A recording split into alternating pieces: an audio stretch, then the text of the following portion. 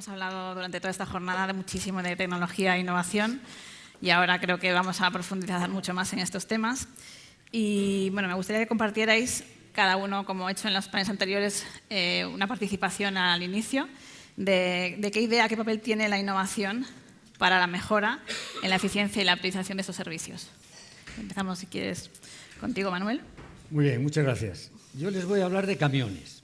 ¿Por qué? Porque todos los servicios que hay que dar y proporcionar, cuidar, etcétera, en la ciudad están servidos por camiones. Pero más que camiones, yo quisiera decir que no son los camiones habituales de catálogo de las grandes fábricas. Cada vez más hacen falta vehículos especiales. Nuestra empresa es URO, Vehículos Especiales, como su nombre indica. Es una empresa 100% nacional, para más datos gallega. Tenemos la fábrica en Santiago de Compostela, más de 40 años de historia.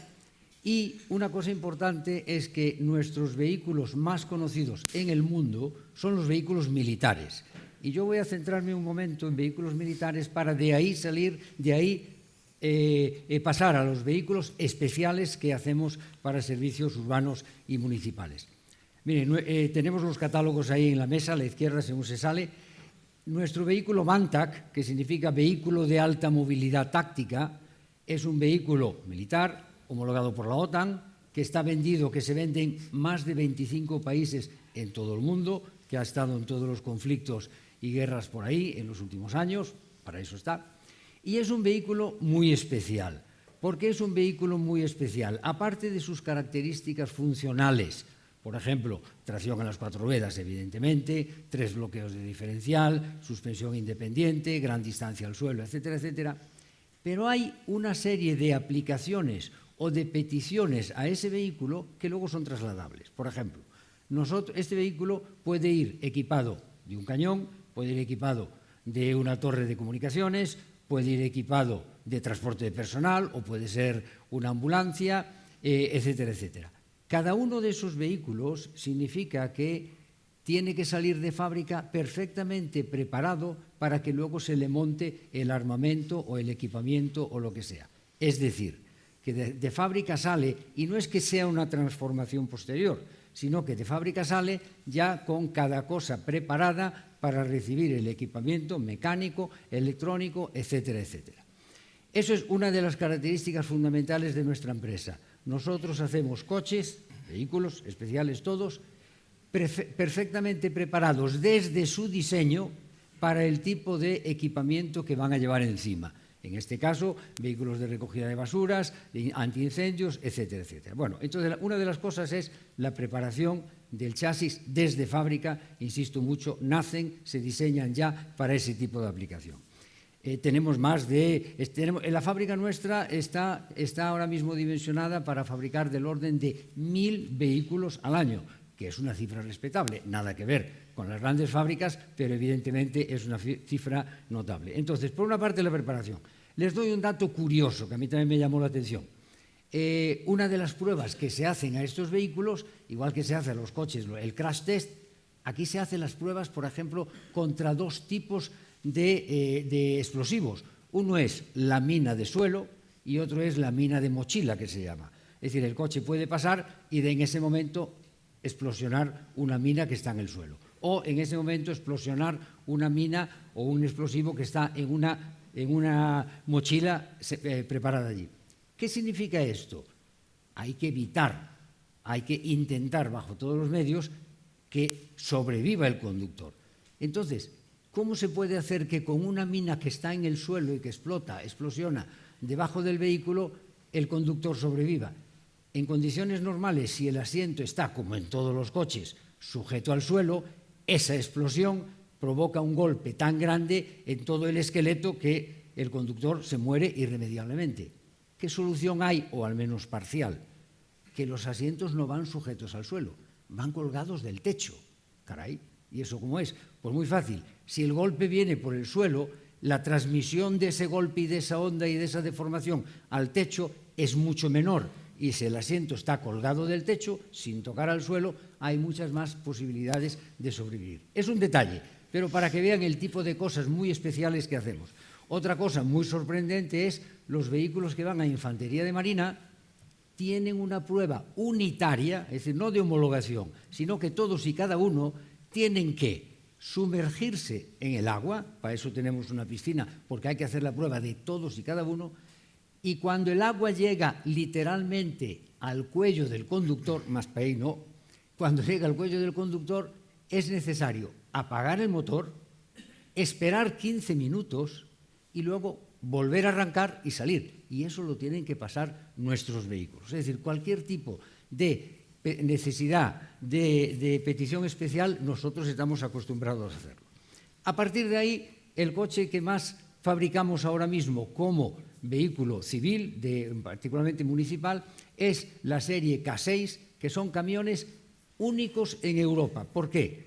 Porque un camión de dos ejes es siempre un camión de 18 toneladas de masa máxima admisible por normativa europea. Pero los camiones siempre tienen 2,5 metros de ancho para comodidad en la cabina, etcétera, etcétera, que es también lo que permite la legislación. Pero claro, un camión de 2,5 metros de ancho no sería el más adecuado para recoger residuos sólidos urbanos, la basura doméstica, en calles estrechas. Entonces nosotros fabricamos ese vehículo de 18 toneladas de 2,0 metros de ancho. 2,0 es la anchura de un turismo grande. Y entonces, claro, con ese vehículo sí se puede entrar en cualquier tipo de centro histórico, calle estrecha, etcétera, etcétera, y hacer todos los servicios. Entonces, este vehículo tiene heredado de los vehículos militares que comentaba antes la posibilidad de... Nunca hacemos vehículos de stock, evidentemente, son para un cliente, para un usuario final. Entonces nos dicen, nosotros queremos poner una carrocería de carga lateral. Muy bien, pues entonces el vehículo sale de fábrica con todo el lateral limpio para que se pueda montar allí la carga lateral. Entonces los depósitos, los calderines de aire, etcétera, etcétera, van recolocados. ¿Que queremos carga trasera? Carga trasera, etcétera, etcétera. Sale preparado. Más largo, más corto, con este tipo de rueda, rueda sencilla, rueda doble, etcétera. Lo hacemos a medida. Motores. Nosotros no fabricamos motores, pero ponemos el motor que quiera el cliente. Es decir, los que más fabricamos, motores de gas natural comprimido, y los depósitos van situados y van con la capacidad que nos pide el cliente en función del tipo de servicio que va a dar en según qué ciudad sea. Y pueden ser también diésel Euro 6, evidentemente, ahora Euro 7, o también totalmente eléctricos de batería, ya los tenemos. Entonces tenemos además con la cabina normal o con la cabina súper baja que tiene un único escalón para subir. Pero todo esto manteniendo la anchura de 2,0, manteniendo la suspensión neumática, etcétera, etcétera. Entonces, y en esto del gas natural yo quiero hacer un detalle que se comentó antes, pero parcialmente. Cuando los vehículos usan gas natural comprimido, son perfectamente funcionales con biometano, porque el biometano y el gas natural comprimido al final hablamos de la misma molécula que es CH4. Entonces, en el caso de una ciudad como Madrid, que tiene la mayor parte de los vehículos, o prácticamente todos, de gas natural comprimido, y que utilicen biometano producido en Valdemín-Gómez, llegamos a algo que es el círculo virtuoso de la basura en la ciudad. Los vehículos de gas natural biometano recogen la basura, la llevan a Valdemín-Gómez, en Valdemín-Gómez fermenta, produce biogás, el biogás se limpia, pasa a ser biometano y se vuelve a utilizar. Emisión CO2 de todo el circuito, cero. Y eso es con una tecnología conocida y garantizada. Por supuesto, vehículos eléctricos los tenemos también la cabina baja que ya he comentado y tenemos en desarrollo, cuando sea necesario, vehículo eléctrico de pila de combustible también. Tenemos otro vehículo único, que son los vehículos que en algunos casos de ayuntamientos, también depende del ayuntamiento, otros no, vehículos antiincendios forestales grandes de 16 toneladas, con 5.000 litros de gas de agua de capacidad, con suspensión independiente a las 4 ruedas. No hay otro vehículo en Europa con suspensión independiente. ¿Qué ventaja tiene eso? Que va a mayor velocidad por las carreteras de baches y por las carreteras rurales y llega antes al punto donde es necesaria la actuación. No sé si podemos hacer un... bueno, yo estaba en mis 10 minutos, ¿o no es así? No, quería hacer una exposición de cada uno, si parece más... Venga. No, yo estaba mirando y me faltaba un minuto. Por hacer un poco más un debate, que sea un poco más dinámico, si no le importa. Manuel Laje, si es tan amable. No, Manuel Laje soy yo. Ay, perdón, Manuel Belval, con tantos Manueles. Bueno, yo trataré de ser un poquito más breve. Lo primero, antes de nada, agradeceros a Equipamientos y Servicios Municipales el evento magnífico que estáis montando, que espero lo repitáis en lo sucesivo. Bueno, la pregunta que has formulado, yo veo la innovación en la mejora de la eficiencia de los servicios urbanos en 3 factores fundamentales. Uno es la gestión de recursos, fundamentalmente eléctricos e hídricos, el transporte y también el mantenimiento de zonas verdes. Entonces, en cuanto a la gestión de los residuos, yo no voy a entrar en lo eléctrico porque la verdad es que soy un poco profano en ese sentido, pero sí en lo hídrico, ¿no? Se ha mencionado ya aquí repetidas veces todos los sistemas que existen en la actualidad invitan a ahorrar, a economizar agua, a tener unas pluviometrías más homogéneas, contando con la ayuda de estaciones meteorológicas pequeñas, tener todos los datos disponibles para poder regar en el momento adecuado, bajo las condiciones adecuadas, dependiendo de la temperatura, la humedad del suelo, salinidad y demás. Eso es una de las opciones que ya está trabajando, pero que obviamente se va a ir perfeccionando con los años. La segunda pata es el transporte. También se ha hablado aquí de la electrificación del transporte, pero más en concreto vamos a la electrificación de vehículos de última milla, adaptados también al servicio urbano, ¿no? Esas zonas complicadas de acceder de los centros históricos de nuestras ciudades, en las que con vehículos eléctricos preparados para la recogida de basuras, pues podemos efectuar ese trabajo, evidentemente a cualquier hora del día, porque no hay ruidos y eso va a permitir, obviamente, con bastante frecuencia, recoger esos residuos urbanos sin afectar al encanto, ¿no?, de nuestros centros urbanos. Y en tercera posición el mantenimiento, ¿no?, que también se ha repetido aquí. El mantenimiento de zonas verdes, y esto es algo que es una realidad ya, que ha costado el llegar, pero que va a llegar para quedarse, es obviamente la electrificación de máquinas, la robótica y también la automatización de aquellas máquinas que de por sí no son autónomas, ¿no? Todo ese conglomerado pues, va a hacer que el mantenimiento de las zonas verdes se optimice y dejemos de tener naturaleza y tengamos jardines, ¿no?, como se ha mencionado antes. ¿Pero por qué? No porque haya que prescindir de mano de obra, que no, que es completamente complementario, sino porque nos va a dar acceso a que esa gente que ya no va a estar manejando esas máquinas que son autónomas o son robóticas, puedan estar haciendo otras cosas y puedan dejar nuestros jardines perfectos, ¿no? Como la gestión de datos y demás. Bueno, Darío, en vuestro caso. Bueno, yo me uno primero de todo a Manuel y agradezco la posibilidad de estar aquí y os felicito por la organización de este evento. Retomo la pregunta que lanzabas, que es ¿cuál es el papel que desempeña la innovación? Y he disfrutado mucho durante la mañana y cojo la frase que creo que era Carlos Vázquez del Ayuntamiento de Barcelona, ha dicho que el futuro es hoy, luego ya lo ha dramatizado y ha dicho el futuro era ayer. Yo, si queréis, lo dramatizo más. El futuro nos ha atropellado. ¿Y por qué nos ha atropellado? Porque nos ha faltado innovación. Me encanta ver cómo se piden ciertas cosas y vamos a hacer... Nosotros venimos más del mundo del jardín, pero hoy hemos hablado de recogida de residuos, hemos hablado de un montón de cosas que no conozco, pero que veo que hay una gran dificultad. Y se pide por parte del sector público un nivel de servicio que sin innovación va a ser carísimo. Creo que el señor de Fomento comentaba, decía, no podemos hacer recogidas todos los días de 5 tipos de basuras diferentes. Entonces, sin innovación no vamos a poder ofrecer a la ciudadanía los servicios que se pretenden. Entonces, ¿cuál es el papel que juega la innovación? Fundamental. Fundamental, porque sin innovación no va a haber dinero suficiente para pagar lo que nos pide el mundo. Dicho esto, pese a que el futuro nos ha atropellado, hay muchísimas empresas innovando, invirtiendo, y esto está llegando. Ha costado, probablemente, normalmente la innovación llega antes de que el sector público la legalice, la legisle y cree cosas. El Big Data, el Artificial Intelligence, el sector público no sabe ni cómo legislarlo.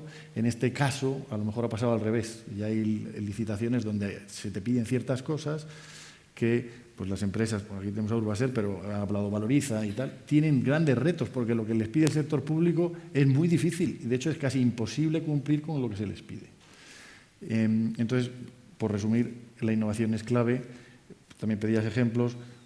Creo que en el sector nuestro el mundo de la batería es el mayor problema. Los vehículos se han electrificado más fácilmente porque pueden soportar el peso de las baterías. Sin embargo, en nuestro mundo, que es el sector de la jardinería portátil, cuando llevas una desbrozadora, una motosierra, el peso que requiere esa batería para darte esa energía, pues no se puede cargar. Entonces, bueno, crees que acaba de aterrizar en este mundo. Nosotros, un breve inciso para que nos conozcáis, el grupo Positec fabrica desde hace más de 30 años herramienta de jardín con batería de litio, con la marca Works. En España llevamos 20 y algún años, pero hasta que no hemos tenido las nuevas baterías, y por eso somos nuevos en este sector, hasta que no hemos tenido las baterías de CRES, no nos hemos lanzado a poder sustituir la gasolina.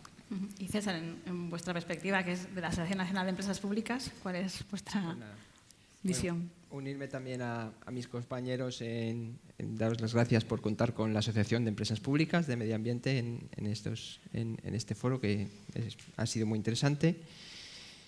Y bueno, pues recogiendo lo que comentaba Darío, pues no es por hablar, es fundamental pues la innovación. No quiero ahondar más en la parte de electrificación, cambio de movilidad que estamos sufriendo en el sector, y quería andar más en lo que tenemos ya. Quería andar más en los retos que tenemos y que la legislación nos está planteando y que hasta el momento no se ha contado. Tenemos una ley de residuos aprobada en el año 2022 que nos obliga a una serie de elementos y que además nos impacta mucho en la eficiencia en función de lo que hagamos. Por un lado, los elementos que hablamos es en establecer una tasa. Tenemos que establecer una tasa el año que viene específica para cada tipo de usuario, diferenciada, y que además permita establecer un sistema de pago por generación en relación a lo que ingresamos en cuanto a los sistemas de responsabilidad ampliada de productor, a la venta de materiales que recogemos o a la venta de la energía que generamos cuando tratamos los residuos. Entonces, para poner en marcha eso es fundamental una innovación que desde la asociación pues se están llevando a cabo en muchas empresas pruebas y sistemas, pero que todavía no está completamente diferenciado. Todavía no hay un municipio que conozcamos que tenga una tasa completamente específica y diferenciada. En el apartado de la eficiencia, pues tenemos un impuesto al vertido de residuos que nos impacta muchísimo en cuanto a los costes que tenemos que soportar, que nos lo adelantan afortunadamente las empresas de servicios. Y por otro lado, no es que tengamos estas cosas que no las tenemos desarrolladas, sino que empiezan a desarrollarse directivas y reglamentos en la Unión Europea. Hace 2 semanas aproximadamente se aprobó un nuevo reglamento de envases que establece unos objetivos importantísimos y que puede cambiar la morfología de los residuos que recogemos en el contenedor, con lo que eso va a suponer en las plantas de tratamiento. Por otro lado, tenemos una directiva que se ha aprobado también del derecho a reparar, que eso nos va a impactar a nosotros en la parte de la gestión de los puntos limpios. Viene un nuevo reglamento de despilfarro alimentario que nosotros como garantes y de servicios urbanos en las ciudades tendremos que plantear y tenemos que ver cómo los comercios se adaptan a este sistema, con la variabilidad de comercios que tenemos, que hay que pensar en un comercio normal y no hay que pensar en las grandes cadenas. Y bueno, y sin más, es que está ya la directiva de residuos está en revisión, con lo cual nos viene una serie de obligaciones que más allá de toda la eficiencia que está yendo en la parte de limpieza y que nos está aportando la innovación, pues vamos a necesitar para poder, entre comillas, sobrevivir o por lo menos cumplir con lo que nos están exigiendo. Y Manuel Martínez, ¿cuál es tu visión desde Urbaser? Buenos días. Agradecer desde aquí, desde Urbaser, la presencia en estas jornadas, que desde luego te puedo decir que desde nuestro punto de vista merece la pena, ¿vale? Disculpadme mi voz porque hoy no es mi mejor día para hablar, ¿no? Un poco siguiendo lo que habéis comentado, ¿no? Tú comentabas, Darío, has hecho referencias a la legislación, tú hablas de la tasa, hablas de obligaciones. Nosotros eso lo vemos como retos, ¿no? Yo creo que durante toda la jornada se ha hecho referencia a adaptación y a transformación. Desde Urbaser nosotros priorizamos la innovación como un elemento competitivo, como una ventaja competitiva para nosotros a futuro, la nuestra propia y la que pueden hacer nuestros distintos proveedores, ¿de acuerdo?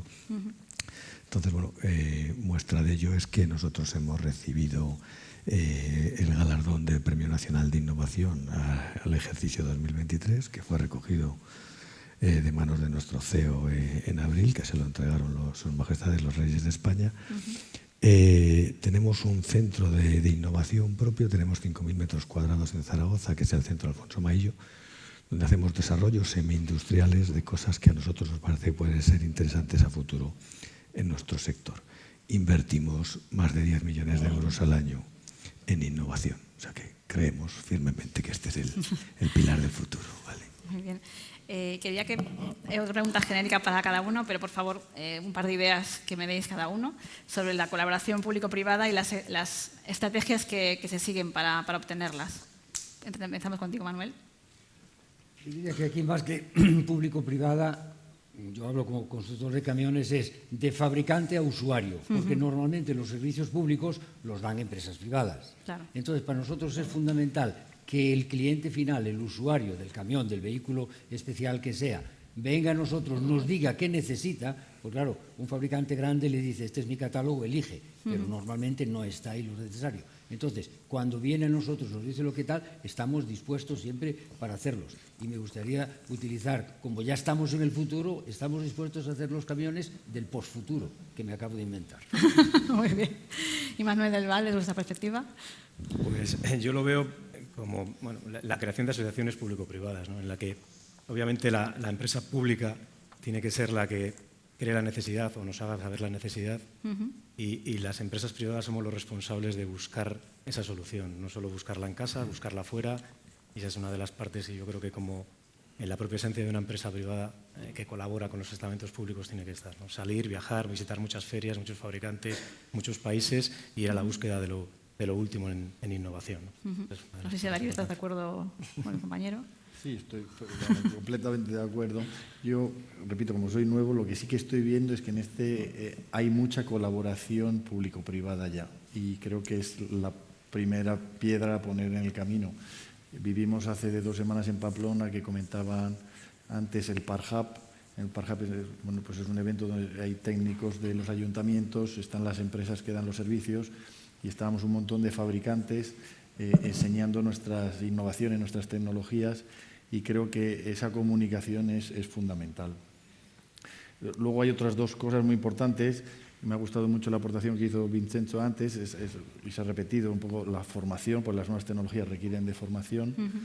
Y luego también, pero repito, un dato de antes es el criterio de valoración en las licitaciones y el plazo del contrato. Si queremos innovar y queremos traer nuevas tecnologías, la licitación no puede tener un 80% del criterio de valoración, el precio, porque la empresa tendrá que ajustar completamente el precio. Si queremos que se innove y que se hagan inversiones, pues habrá que a lo mejor alargar los plazos. Repito, esto se ha comentado ya, pero creo que son cosas que a nivel público-privado tenemos que encajar y para poder colaborar y traer esa innovación. ¿Y cuál es vuestra perspectiva, César, desde las empresas públicas? Bueno, lo que es la asociación como tal en principio es un ejemplo ya de hace varios años de colaboración público-privada.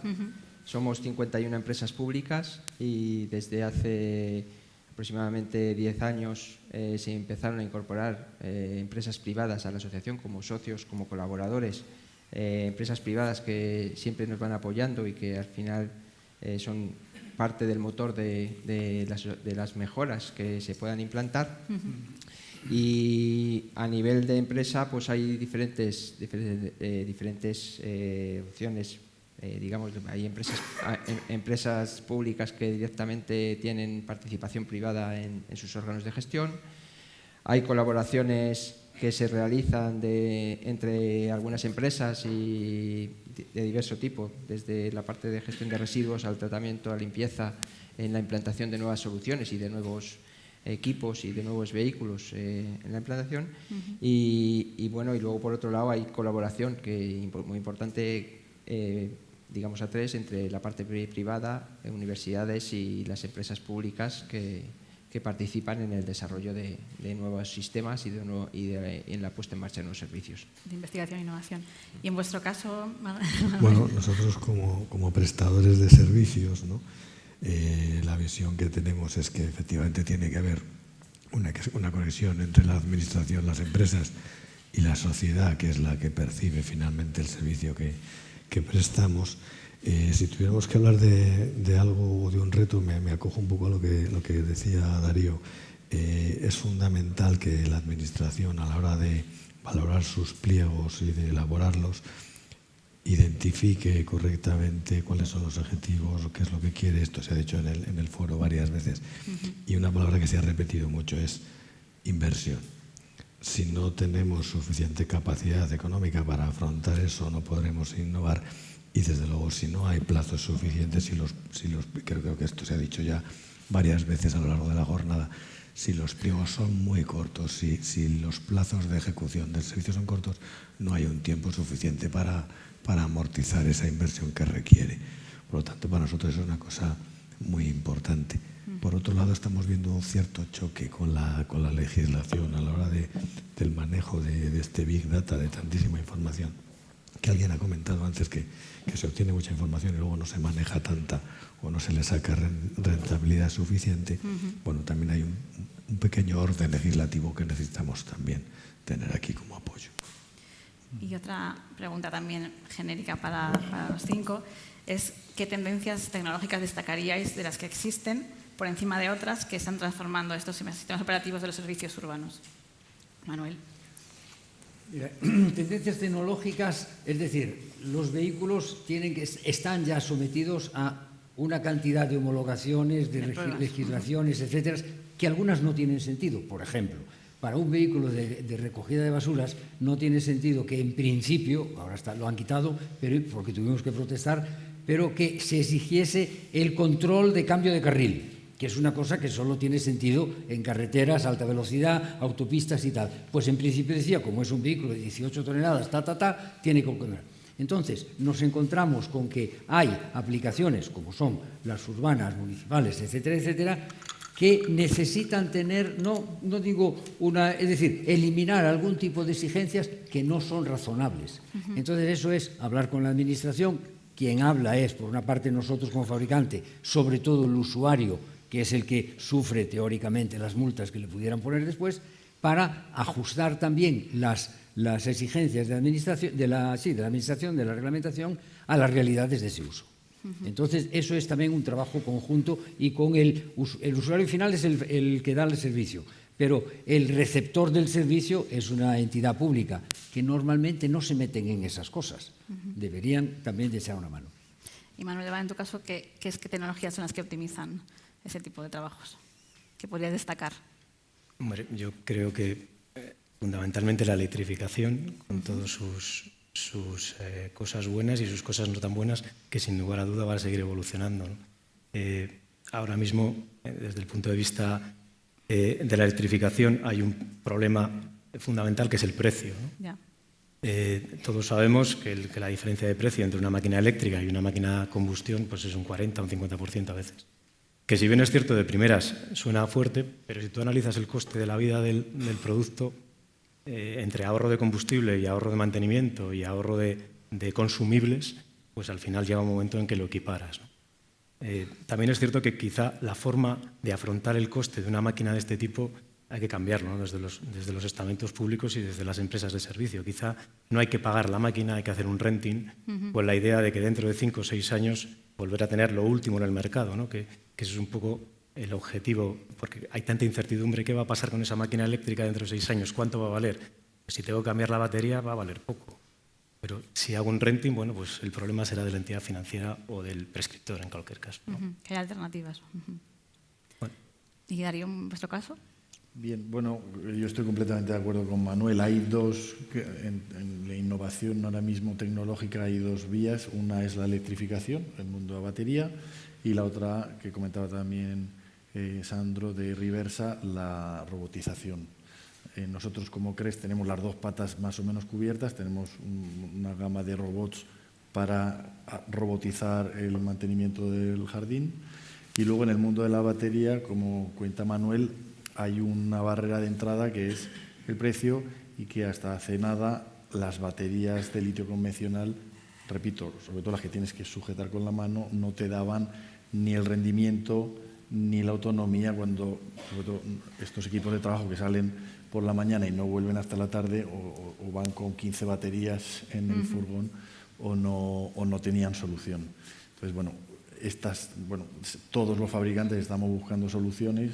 Nosotros desde Positec con CRES creo que estamos ahora un poco en punta de lanza trayendo soluciones para esto, porque la electrificación es fundamental.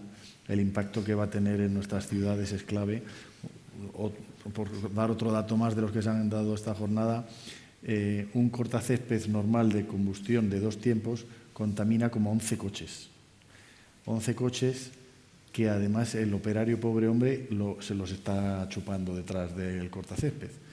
Entonces, pues creo que tenemos que empujar todos y encontrar soluciones a estas barreras de inversión para que la electrificación llegue lo antes posible. Y César, en vuestro caso, además de innovación, ¿qué barreras se encuentran para implementar estas técnicas? Un poco por discernir por mis compañeros, primero es el precio. Entonces,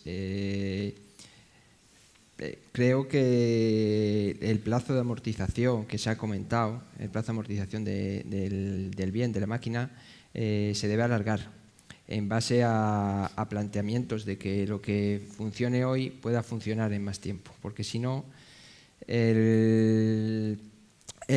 lo que vayas a poner, o si no, la apuesta que vas a hacer por la electrificación, teniendo en cuenta que queramos poner en marcha el servicio, no va a ser en base a que no puede. Teóricamente, dentro de 5 años, pues habrá equipos que tengan mayor autonomía, que sean mucho más eficientes y que den un mejor servicio. Entonces, hay que pensar en el largo plazo para plantear. Entonces, un poco la primera parte es la parte económica, que tiene que compensar. Todavía sí que es cierto que hay un ahorro importante en consumibles, hay un ahorro importante en mantenimiento, pero que todavía hay que apostar y que creo que desde la Administración y desde las empresas públicas tenemos que apostar por un cambio de movilidad y una reducción de emisiones y una sostenibilidad, que no quiere decir que desde la Administración no se tenga que apostar por esa parte.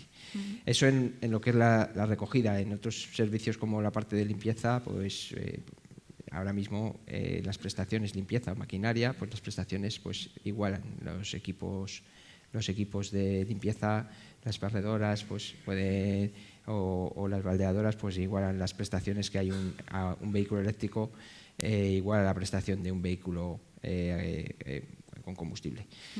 Otras barreras que existen, sobre todo con otros sistemas de innovación, pues el personal. El personal es una barrera. Nosotros tenemos, lo han comentado anteriormente, pues tenemos poca movilidad, tenemos personas con muchos años en el servicio y que pasan de no saber manejar un ordenador a manejar un equipo completamente autónomo o tener que manejar un equipo completamente autónomo o en la parte de recogida. Yo siempre le digo a los operarios de recogida que ellos están manejando un ordenador aunque no quieren ni ver el ordenador, pero ellos están manejando un ordenador cuando están utilizando el robot para recoger un contenedor de carga lateral. Y luego, como otro aspecto importante que igual nos ha comentado, que antes en la otra, es la ciudadanía. Estamos insonorizando contenedores, estamos haciendo el control de acceso y hay que pensar que una persona de 60, de 70 años va a tener que ir con una tarjeta a abrir un contenedor para depositar su basura. La basura que antes la sacaba a la puerta y que la recogía un camión y la recogían a mano los trabajadores. Entonces, si a eso le sumas que va a tener que conocer cómo está haciendo o que cuando pague X va a depender de cómo haya utilizado su tarjeta, pues es importante. Y por otro lado, todas las campañas de concienciación que se deben desarrollar para que la ciudadanía entienda el cambio que se nos está viniendo y que en el cambio en el que estamos y que comparta con la administración y con la empresa pues esos objetivos. Y en vuestro caso, Manuel Martínez, ¿cuál es el potencial que tiene a corto plazo y a medio plazo esas soluciones específicas de las que estamos hablando? También el Internet de las Cosas, este tipo de innovaciones como la inteligencia artificial. Bueno, vamos a ver, al margen de lo que habéis comentado, que efectivamente la electrificación y las nuevas tecnologías que nos permitan tener combustibles alternativos son un reto y también tienen su barrera de entrada porque efectivamente son más caras, tienen un rendimiento más bajo, tienen un tiempo necesario de carga, por lo tanto no tienen todos los mismos turnos las máquinas. Hay ejemplos valientes que el Ayuntamiento de Barcelona, aquí representado por Carlos, ha sido un ejemplo clarísimo donde tiene un nivel, yo creo que es el nivel más alto de todas las ciudades que yo conozco en maquinaria eléctrica a partir de ya, ¿no? En paralelo tenemos yo creo que ya tenemos totalmente digitalizados los servicios y tenemos el reto de la inteligencia artificial, que es donde yo creo que tenemos que apostar y tener una visión de futuro, ¿no? O sea, yo creo que ese es el siguiente paso. Vale, y no sé si podrían compartir algún caso de éxito que los que hayan implementado soluciones innovadoras en los servicios urbanos y cuáles han sido los resultados. Podéis participar, no falta que sea por orden, si queréis dar algún caso. Manuel. Sí, bueno, nosotros tenemos algunos casos de éxito que al principio no lo eran, pero luego han convertido. Suele pasar. Digo que no lo se eran ofrece porque, mucho de los... por lo mismo que comentas tú, las máquinas eléctricas, bueno, pues al principio se acogieron desde algunas administraciones como una manera de vender la innovación y el cambio y la Agenda 2030. Y claro, quizás esas máquinas no estaban preparadas para dar esos rendimientos que la gente está acostumbrada. Entonces, dentro de lo que va a ser el futuro, que serán máquinas eléctricas, robots, máquinas de combustión también, por supuesto, camiones eléctricos, camiones a combustión, igual también hay que cambiar un poco el paradigma de las operaciones y tratar de saber que una máquina eléctrica pues, te va a poder dar 5, 6 horas, 4 horas de trabajo, pero luego la vas a tener que sustituir por otra batería o por otra máquina. O sea, tendrás que, de alguna manera, el plan de trabajo tenerlo adecuado a las máquinas y al personal del que dispones, porque también el personal es un problema. Al final, bueno, es un problema, es la solución, pero es el problema actualmente, porque incluso los mecánicos, como se ha comentado antes, al principio de todo, los mecánicos ya no son mecánicos de hidráulica y de motores de combustión, son mecánicos electromecánicos, ¿sabes? Porque casi todo es electricidad, ¿no? Entonces, tanto las empresas que gestionan, que tendrán que cambiar un poco sus mapas de trabajo, junto a la formación que hay que darla, la que nos llevará un poco a que esos casos sean más de éxito cada vez, ¿no?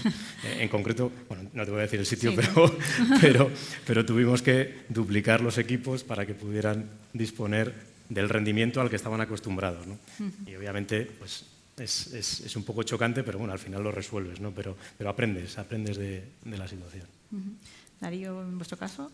Yo puedo traer como caso de éxito, que no es un caso de éxito solo de CRES, pero creo que es de un estado. En California se prohibió la venta de motorizado de jardín a gasolina. Desde enero del 2024 está prohibido. No puedes comprar, puedes utilizarlo si lo tienes, no tienes que deshacerte de tu cortacésped, pero prohibido la venta. Pues evidentemente, toda la gente que ha empezado a implantar maquinaria de jardín lo está haciendo y los resultados que se están obteniendo son excepcionales. No ha habido una crisis absoluta, no ha habido gente protestando en las calles. Y ya hablando de nuestra, en particular nosotros, pues la filial de Positec en Estados Unidos pues ha hecho una campaña muy fuerte en California, evidentemente, y equipos de trabajo similares a los que hay aquí, que salen con una furgoneta, que llevan un equipo para 2 o 3 personas, están ya calculando ahorros operativos, porque, como decíamos, la barrera de entrada es el precio pero cuando pones el otro precio más el gasto de la gasolina, que en Estados Unidos es barata, el mantenimiento y tal, le salía ahorros de casi $2.000 al año por equipo de trabajo. Pero es un ejercicio que casi ha sido obligado a hacer por una legislación. Pero se ha demostrado que la electrificación no tiene por qué ser más cara. Hay que sencillamente cambiar, es un poco el reto, cambiar el chip de los equipos de trabajo, comentaba Manuel. Tienes que cambiar cómo trabajas. Bueno, algunos de ustedes tendrán coche eléctrico, no funciona igual, porque como des 4 acelerones se te va la autonomía, no llegas a casa, entonces ya conduces diferente. Pues lo mismo el jardinero que sale con un equipo eléctrico tiene que también adaptarse a las nuevas tecnologías. Y luego el otro cambio es el cambio que comentaba de cómo se calcula. Si en tu partida en maquinaria no la sumas a tu partida en combustible, pues claro, siempre la partida de batería te va a salir más cara, pero cuando sumas las dos, muy probablemente nos llevemos sorpresas. Y Manuel, en vuestro caso, algún caso de éxito y también lecciones aprendidas. Yo quiero decir una cosa sobre la electricidad en el transporte. Ojo, es muy distinto hablar de máquinas pequeñas, de jardín, etcétera, igual que en automoción es distinto hablar de taxis o de furgonetas de reparto urbano, la última milla. Todo eso probablemente pasado mañana sea todo eléctrico. No hay problema, o no hay nada que discutir. Pero ojo ya cuando hablamos de camiones pesados. ¿Por qué? Por una razón. El camión eléctrico puede hacer un tipo de servicio, pero hoy por hoy, y mañana va a pasar lo mismo, no va a poder hacer el mismo servicio que hacía un motor de combustión de gas o diésel, normalmente de gas porque es mucho más limpio. Entonces, cosas de éxito, pues Madrid tiene todos los camiones de basura de gas natural comprimido desde cuando yo estaba en Pegaso, desde hace casi 20 años. Bueno, y funcionan perfectamente, y además si van con biometano es emisiones CO2 cero. ¿Qué va a pasar en el futuro? Cuando hablamos de eléctrico hay que separar eléctrico de baterías o eléctrico de pila de combustible. Entonces, yo aquí quiero recordar una cosa que dijo el ministro de Transportes en otro evento la semana pasada o hace 15 días, de tenemos que ir avanzando a cosas novedosas, pero posibles. Es decir, las cosas tienen que ser posibles. Y posibles en los servicios significa que produzcan, que den el mismo servicio que lo que hasta ahora teníamos, y en cuestión de costo probablemente algo más, pero de manera razonable. No nos podemos deslumbrar y pensar que todo va a ser eléctrico en el futuro. Y César, en el ámbito público, ¿qué lecciones aprendidas hay respecto a estos casos de empresas y del sector público? Bueno, lecciones, como comentaba anteriormente, las campañas de comunicación y la importancia de las campañas de comunicación para conseguir, por ejemplo, hay alguna empresa de la asociación que ha conseguido aumentar en más de un 60% los residuos reciclados y ha sido gracias a una campaña de comunicación muy de puerta a puerta, después de cerrar todos los contenedores, pero muy de puerta a puerta, estando muy encima de la ciudadanía y consiguiendo tener pues de su lado a la ciudadanía y entendiendo, como decía anteriormente, la parte. Otro aspecto importante, compartir o intentar conseguir que los trabajadores sean gestores de su equipo, sean gestores del servicio que están prestando y que sobre todo ahora que estamos hablando de la electrificación de nuevos equipos, pues que adapten ese nuevo trabajo que van a tener que desarrollar o ese mismo trabajo con unas herramientas distintas a la nueva herramienta que tienen, porque si no no va a ser posible la parte. Y luego, pues por otro lado, y por ahí es un poco la iniciativa que pueda llegar y abrir un poco las distintas, se ha comentado aquí, pero que hay ejemplos de nuevos sistemas de contratación, los sistemas, acuerdos marcos, sistemas dinámicos de adquisición e incluso las bolsas, como estábamos hablando de licitaciones y no quería olvidar, hay ejemplos que permiten fomentar las bolsas económicas para la inversión, que en algunos contratos pues pueden facilitar que a lo largo del periodo de vida del contrato, que creo que todos estamos de acuerdo en que tienen que ser cada vez más longevos, pues yo no quiero pensar qué va a pasar dentro de 5 años y tengo que sacar un contrato para 10 años. Entonces, pues la única forma es que los sistemas de contratación prevean una serie de modificaciones o una serie de bolsa de inversiones que puedan hacer que se adapte. Entonces eso puede ser una buena. Y Manuel Martínez, en vuestro caso, ¿cómo influye la electrificación y los combustibles alternativos a los servicios urbanos para que sean más eficientes y más sostenibles? La electrificación, me has dicho. Sí, bueno. Nosotros hemos apostado por la descarbonización de la flota. Teníamos un objetivo para el año 22 que hemos superado. En el año 23 tenemos casi el 40% ya de nuestra flota totalmente descarbonizada con otro tipo de combustibles eléctricos, GNC, haciendo algún experimento también con hidrógeno. O sea que para nosotros es un reto porque entendemos que es parte del futuro. De la conversión. Vale, me gustaría también que dierais una idea cada uno, un par de ideas cada uno, sobre cómo una idea de cómo creéis que es el principal elemento tecnológico que hará que evolucionen las ciudades y las infraestructuras verdes en el futuro. ¿Cuál es la principal tendencia tecnológica que va a hacer ese cambio hacia las ciudades del futuro? Si tenéis alguno ya pensado alguna idea. No sé si el Internet de las Cosas, la inteligencia artificial, la inteligencia artificial. Esto va a ir a una velocidad que va a ser imparable. Aprende sobre sí mismo y nos va a permitir dar unas respuestas muchísimo más eficientes que las que estemos dando ahora. Vamos a tener un ahorro de recursos muy importante. Para mí eso es evidente. Sí, porque además, ahondando en la inteligencia artificial, nos va a permitir cambiar el chip probablemente a las administraciones, a las empresas que prestamos servicios, de tener planificado, como estábamos comentando antes, todos los días recoger todos los contenedores a solamente, por ejemplo, recoger un contenedor cuando sea necesario recoger ese contenedor, está a un nivel de llenado. Y para eso, aparte de la sensórica, es importante y es necesario la inteligencia artificial, ¿no? Es una cosa que, aunque pueda estar la sensórica, o permitirnos identificar residuos fuera del contenedor o cambiar, o sea, prestar los servicios en función de las necesidades actuales de la ciudad y no en una planificación que evidentemente es conocida y que está adaptada un poco a la experiencia, pero que nos permita ser más rápidos en la respuesta y además más eficientes. Darío, no sé si estás de acuerdo con Manuel y con César en que la inteligencia artificial también va a ser el 100% motor tecnológico del futuro. La inteligencia artificial ha venido para revolucionarnos.